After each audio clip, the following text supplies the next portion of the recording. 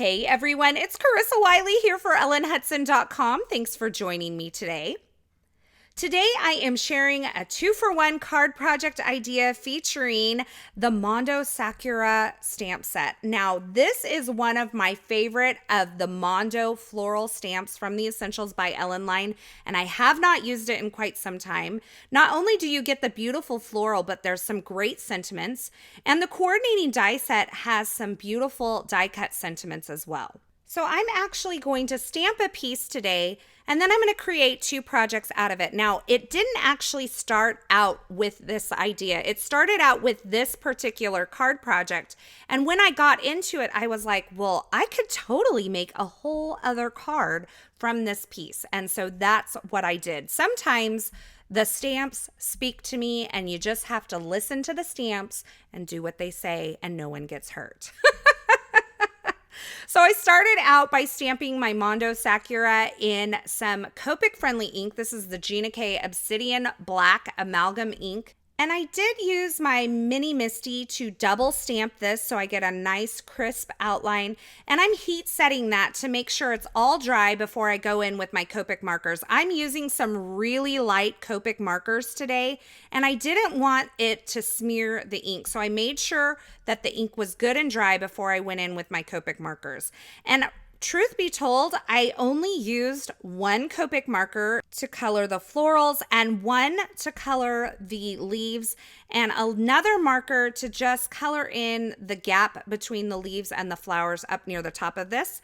And I'm taking the coordinating die and I'm running this through my die cut machine. Now, I use some neenah Solar White heavyweight cardstock to stamp and die cut this piece. And that is my preference when I'm doing something like this because it gives it a lot of weight and sturdiness. And you'll be surprised at how quality your cards will feel when you use all heavyweight cardstock on them. They feel amazing.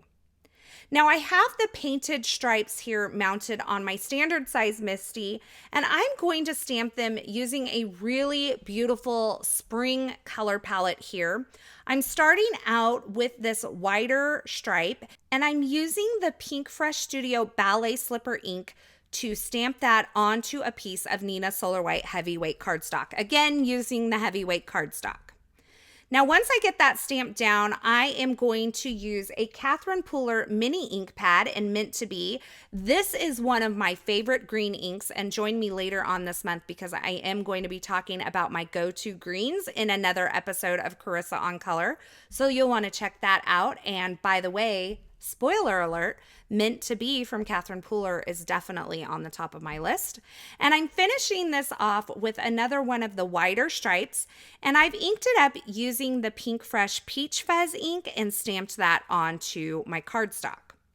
Now, here's where the 2-for-1 comes in. I've grabbed my Essentials by Ellen Essential Rectangle die, and I'm going to die cut a window from the center of this panel.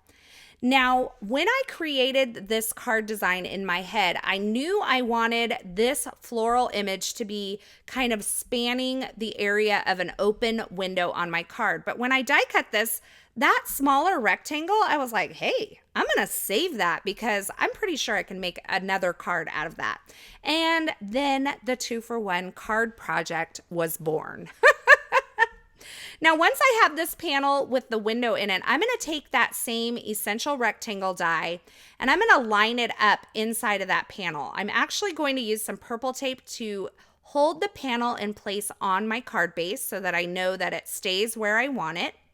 And then I am going to use more purple tape to hold the die in place inside of that window. And before I run this through my die cut machine, I'm going to open up this card base. So this is a top folding A2 size card base. It's cut to 4 1/4 by 11 inches, scored at 5 1/2. I have that open. I've run that through my Gemini Junior to die cut it. And now I have a window that's perfectly lined up with that front card panel that I created. Now be careful when you're removing your purple tape because you can rip your card, which I did, but I was able to kind of salvage it with a little bit of an eraser treatment.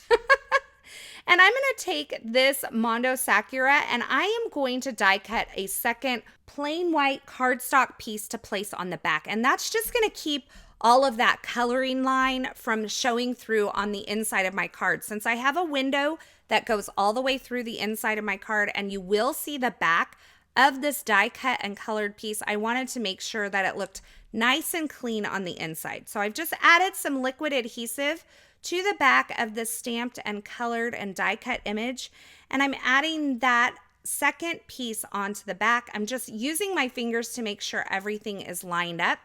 And then I'm going to add some foam adhesive on the inside of these window pieces. I want this floral piece to kind of be suspended between the two layers. So I want there to be a gap between the base and a gap between the floral and the top frame that I'm adhering. So I'm just taking some Scotch foam adhesive, I'm cutting it into some smaller strips, and I'm putting it around the inner edge of these window die cuts. Now, once I have it on both the base, the card base, and the card front, I'm going to go ahead and remove the backer on the foam adhesive that's on my card front, and I'm going to line it up over this floral piece and position the florals kind of spanning that window. Now, the cool thing is the florals don't actually fill up the entire window, so you will see into the inside of the card in some areas. And you can see I'm just lining it up here, and I'm going to pick it up using this card front with that foam adhesive on the back.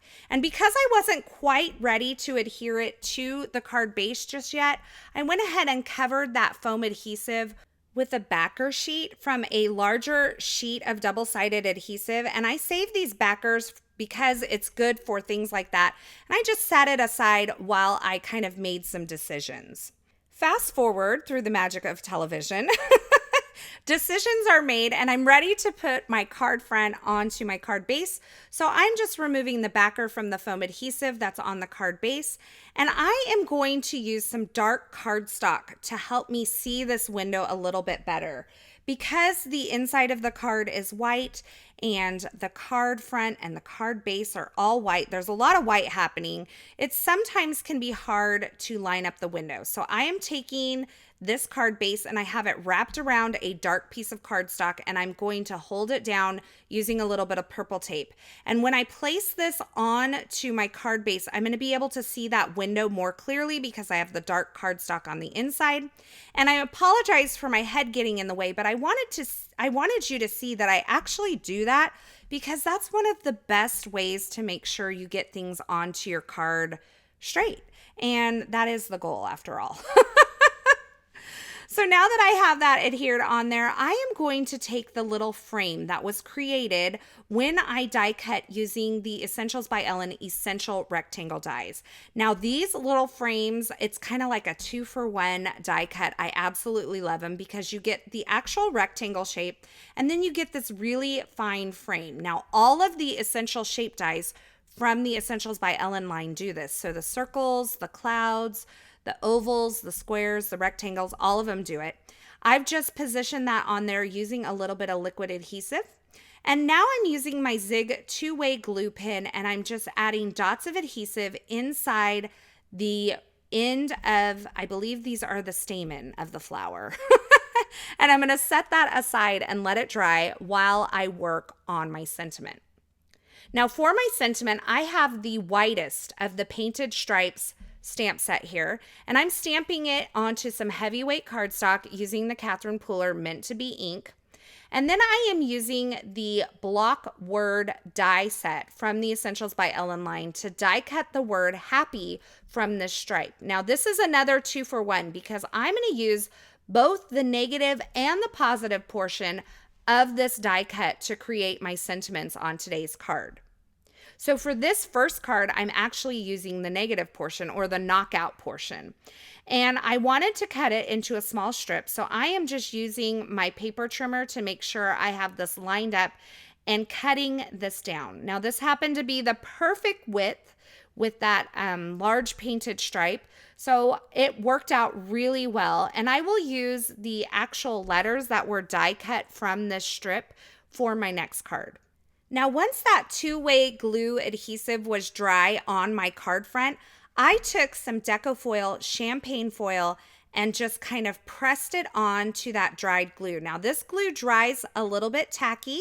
It is one of my favorites for foil transfer, and I'm just pressing that on there, and it's going to give each of these little dots a metallic gold shine. It is absolutely beautiful in person, and I'm going to try to tilt it here in the light so that you can see it a little bit better.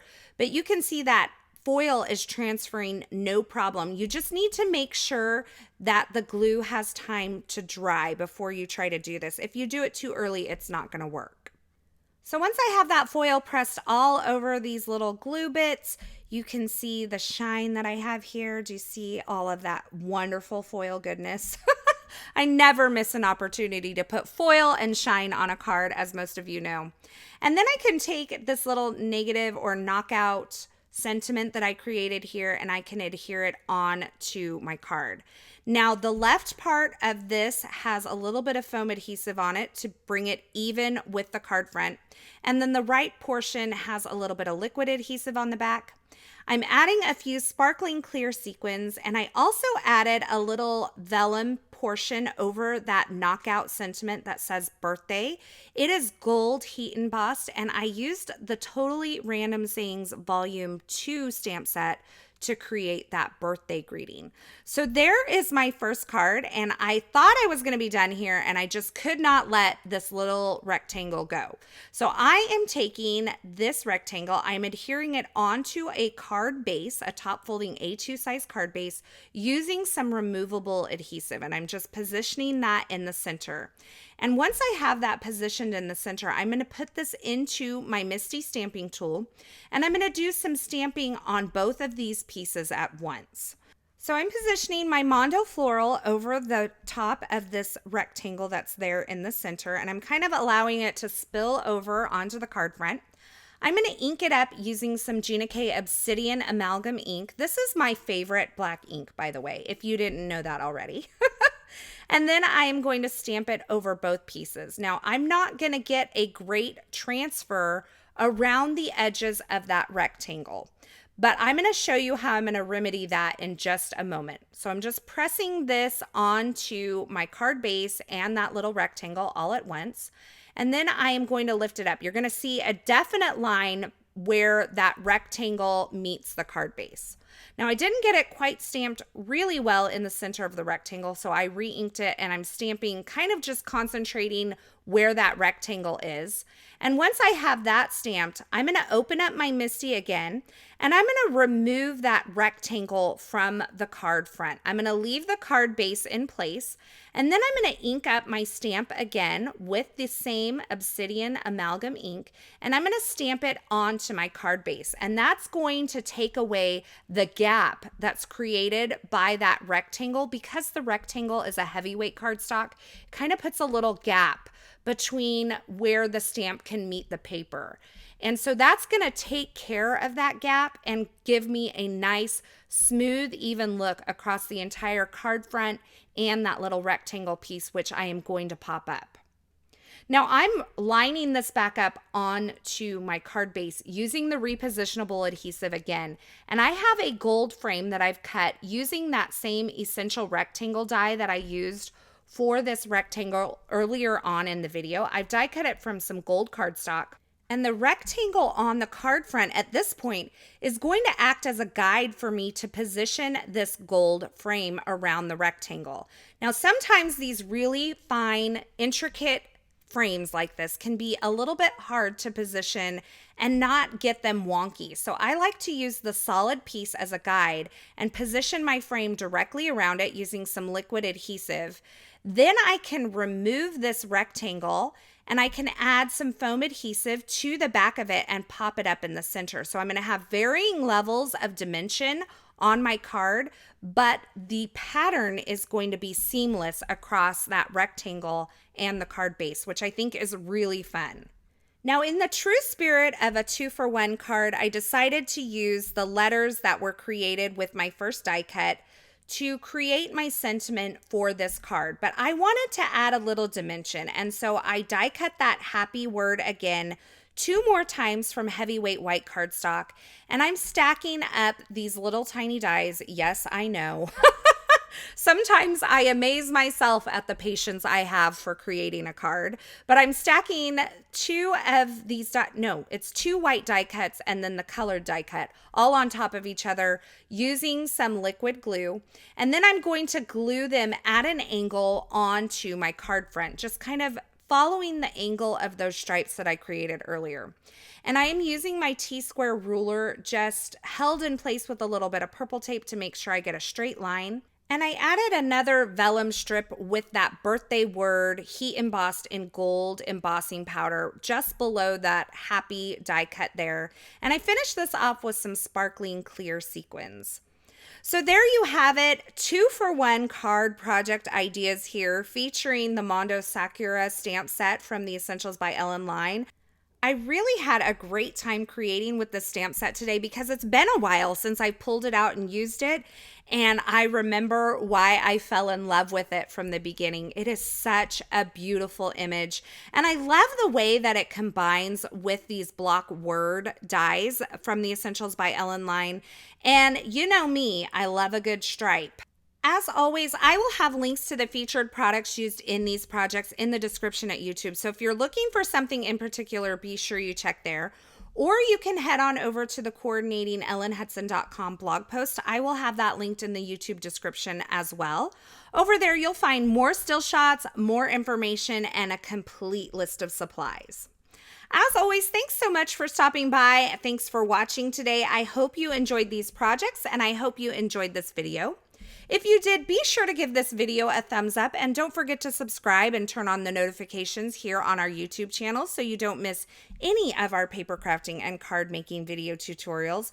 We are always so glad to have you here. Thanks again for watching, and until next time, I hope you have a fabulous day.